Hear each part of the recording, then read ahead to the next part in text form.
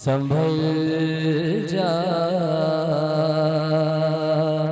ए दिले मुज़तर, संभल जा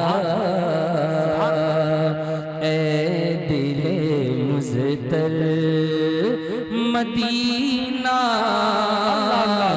आने वाला है, संभल जा ए दिले मुज़तर। सही साहब, आप तो हर हफ्ता जाते हैं माशाल्लाह। क्या कैफियत होती है मक्के से जब मदीना को गाड़ी जाती है, और स्पेशली तौर पर जब जो फर्स्ट टाइम बंदा जाता है, अब मक्के से जब मदीने शरीफ को गाड़ी जाती है तो दिल की कैफियत वही कैफियत आने वाला है, संभल जा ए दिले मुज़तर, संभल जा ए दिले मुज़तर, मदीना आने वाला है, संभल जा ए दिले मुज़तर, संभल जा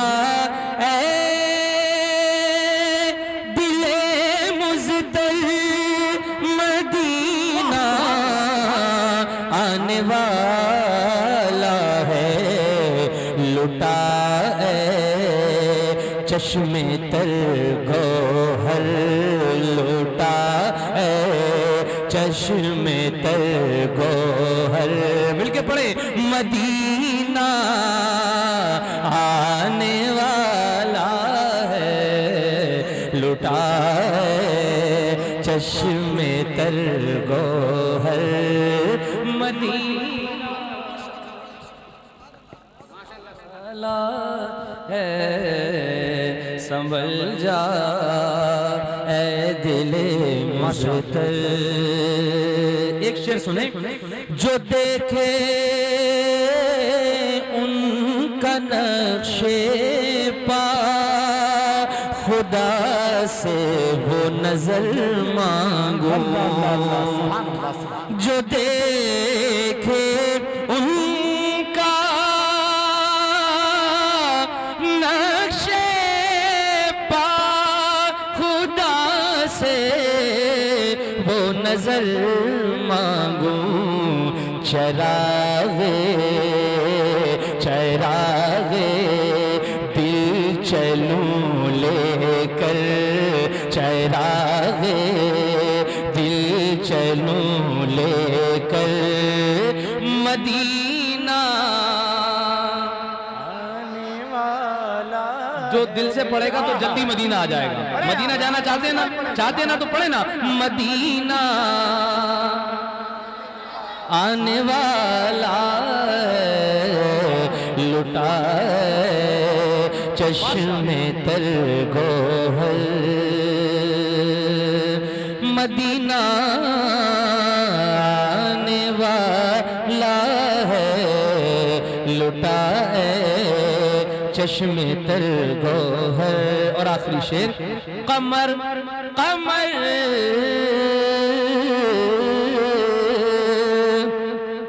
कमर आया है शायद उनके तलवों की ज़िया लेने। अब जिन्होंने देखा है तो वो इसको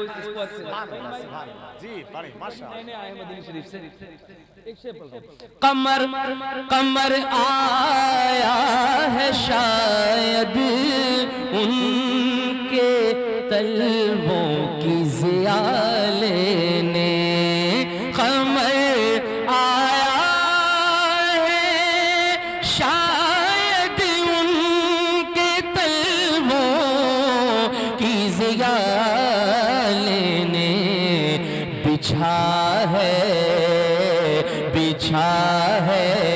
चांद का बिस्तर, बिछा है चांद का बिस्तर, मदीना आने वाला है, बिछा है चांद का बिस्तर मदीना आने वाला। पढ़ ले बस आखिरी मक्ता और पेश करना है। मदीना आने वाला है, लुटा है चश्मे तर गोहर, गुबारे राह अनवर किस कदर पुरनूर है अख्तर, गुबारे राह अनवर किस कदर पुरनूर है अख्तर, तनी है नूर की चादर, तनी है नूर की चादर, मदीना आने वाला है, तनी है नूर की चादर, मदीना आने वाला है, लुटा है चश्मे तर गोहर। बस एक दो जुमले मुझे कहने हैं जहाँ इतनी अजीम शख्सियत मौजूद हो कि जिन्होंने अपनी पूरी जिंदगी दीनो सुन्नियत मसलक आला हजरत की तरवीज व इशाअत में गुजारी हो, तो वहाँ पे मुझ जैसे तालिब इल्म, मुझ जैसे कमज़ोर शख्स को कुछ भी कहने की ज़रूरत नहीं है। ये हमारे रोल मॉडल हैं, ये हमारे आइडियल हैं।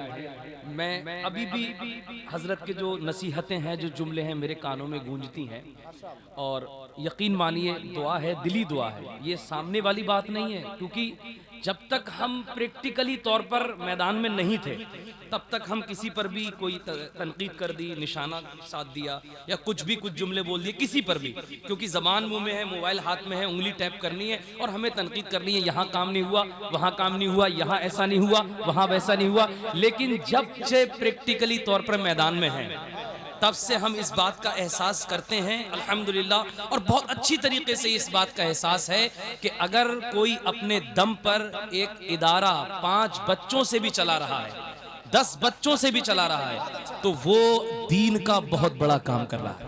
बेशक बेशक, क्योंकि दीन का काम अल्लाह की मर्जी के बगैर नहीं होता। और ये तो अताए मुफ्ती आजम हिंद बैठे, जलवाए मुफ्ती आजम हिंद देखना। मैंने सरकार, जब मैं गया था हजरत से पहली मर्तबा कॉलेज प्रोजेक्ट के ताल्लुक से मिलने के लिए, मैंने पूरा प्लान हजरत को दिखाया, तो मैंने हजरत से अर्ज किया कि सरकार आपके अंदर इतनी एनर्जी कहाँ से आ गई, इतनी ताकत, इतना हौसला कहाँ से मिला। तो हजरत के वो जुमले आज भी मुझे याद हैं। हजरत ने फरमाया था कि ये सब सरकार मुफ्ती आजम की गुलामी का सदका है, ये सरकार मुफ्ती आजम की गुलामी का सदका है।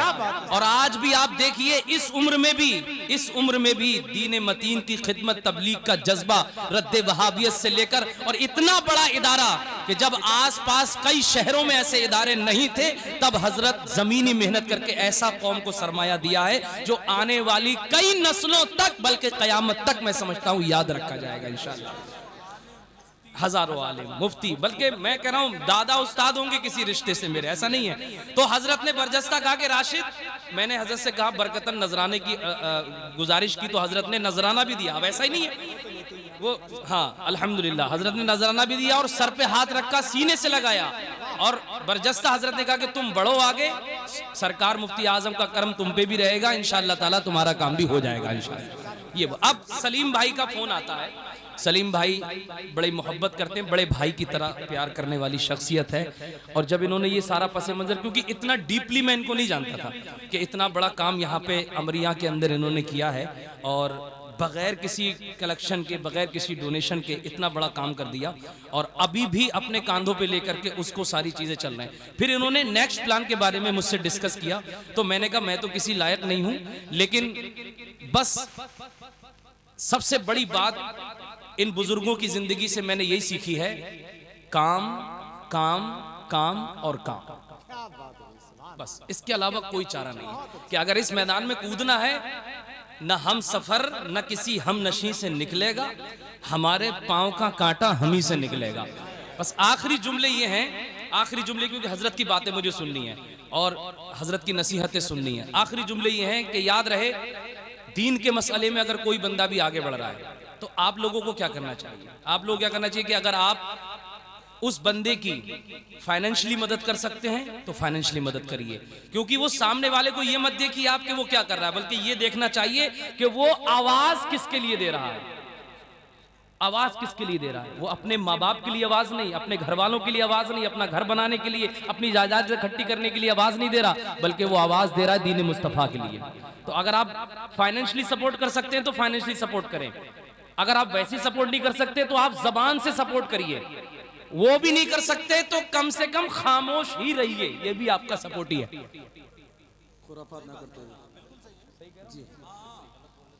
ठीक है ना, मतलब कुछ कहने से, तनकीद करने से बेहतर है कि आप खामोश रहें। जो बंदा जो काम कर रहा है बस उसके लिए दुआ करते रहें कि अल्लाह ताला इसको नेक बना दे और इससे दीन का काम ले ले।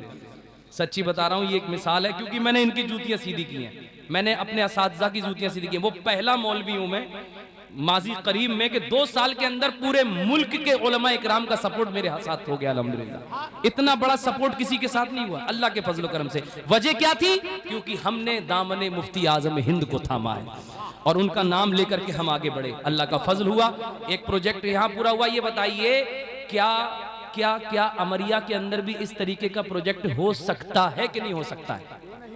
अरे बल्कि हल्के से बोल रहे हैं आप, हो सकता है कि नहीं हो सकता?